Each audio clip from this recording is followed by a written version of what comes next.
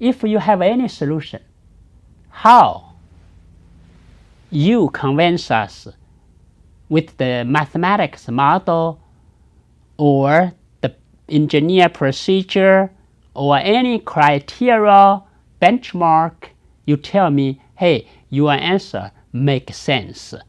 So you don't have that. You depend on the teacher. But our research tries to let you not depend on the teacher to give you the answer right or wrong. We will give you a master key. Let yourself decide right from wrong. That's the whole principle. Okay, now I will let you think of this example, discuss with your possible solution. How do you justify you're going to put a line, put a curve, and whatever way you want to simplify? You may say, oh, I like to do it like this way. And maybe all three belongs to the MW. Or you maybe say like this green line or like this line. How do you know it? You need to build a math model to answer that. And after you answer it, you need to follow the reverse loop to justify your answer. And then you're going to get a good grade or win the computation. This is the problem from MCM in the early days. I think it's the 90-something. So what's our ACE approach? I talked a little bit. A stands for analysis. That's the math part. C stands for computation. That's the modeling and the simulation part. And the E stands for experimentation. That means the justification and the validation component. So whenever you do in the summer, the 2 weeks of research, whatever question you have, start to identify a question, a problem. We give you some recommendation, but it's all your final say, which problem you want to try to solve. And then the next, you need to find what has been done by the other people. You try not to recreate the wheel. And then, of course, this includes literature review. You read some, or these days you can Google.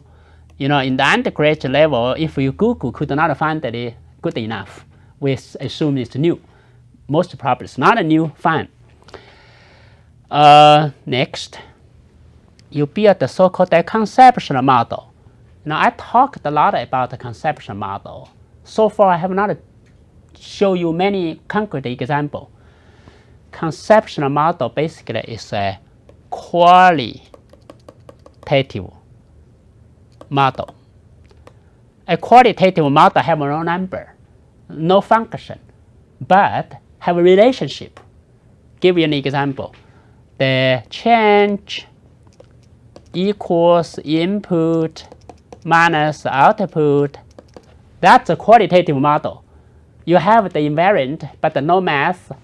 And then, in this case, you can take steps.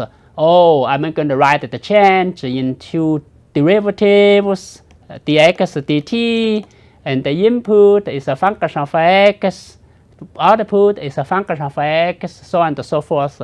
Then we call this a mathematics model. That's nothing new. It's the same loop.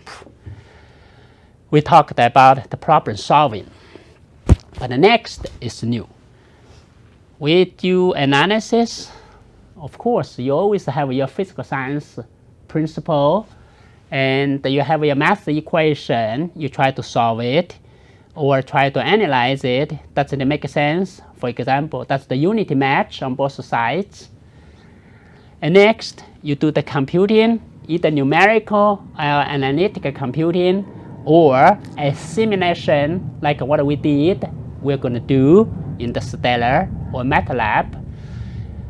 But the new thing is we have Dr. Andy Ludu will help you to design an experiment, and then you can test your result. So in the end, we have 3 solutions. Analytic solution, maybe special case, you're not going to solve all of them. Computing solution, simulation is not accurate, it's approximation in any way. And third, you have the data from your experiment. And then, if your problem is really solved, these 3 at least need to confirm each other in some term. And there could be have error, but it cannot be hundreds times different, cannot be the different direction, even qualitative will not match each other. And then you learn how to evaluate by using the 3 results and finally answer the question. Well, this is nothing new from another way to look at this loop. We just look at it in a different way, but add a component of the experiment. Okay, now this is our ACE program, and let's see, I have another 10 minutes. I'm going to show you one example, what do we do with the ACE. In this example, we are going to see what kind of battery we are going to use for our underwater vehicle for meet our requirements. So we made all different assumptions. The battery really give you the power to run as the time you need with the right speed. So in this model, we made the 4 hypotheses, when we call it assumptions. And the AUV we designed is 4 foot long. Then the semi-axis is 24 inch. And the diameter is 1 foot. Then the semi-axis A is 6 inch. And then we are going to run in the ocean. The density of ocean water, salt water, is here. And the dynamic viscosity is this number. That's all you find from the textbook. Now the next assumption is based on empirical data. We assume the mechanical energy have only 90% changed into the electronic energy only changed 90% to the mechanical energy, and then the propeller rotation is only 80% of efficiency, and then you change it into the water propulsion. So that's the energy loss we have to consider. So under this 4 assumptions, how we are going to start our analytical model. The analytical model starts from the Stokes-Neville equation, and we look at the Reynolds number, which is this coefficient. And this coefficient determined by the section area of the sides of your design. That's probably explain why most torpedo and the submarine is like this ellipsoid shape. And you want this section area small, and the smaller the better. So we figured out this drag coefficient, which is 0.0802. Based on this, we want to look at the drag force if you are running through the water, which is proportional to the square of the velocity, and that's the difference between air dynamics and the water fluid dynamics. The water density and the section area, and then this fluid drag coefficient.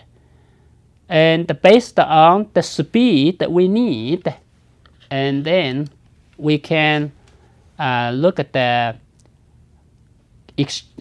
convert rate of the battery power to the power needed to propel forward with a particular speed.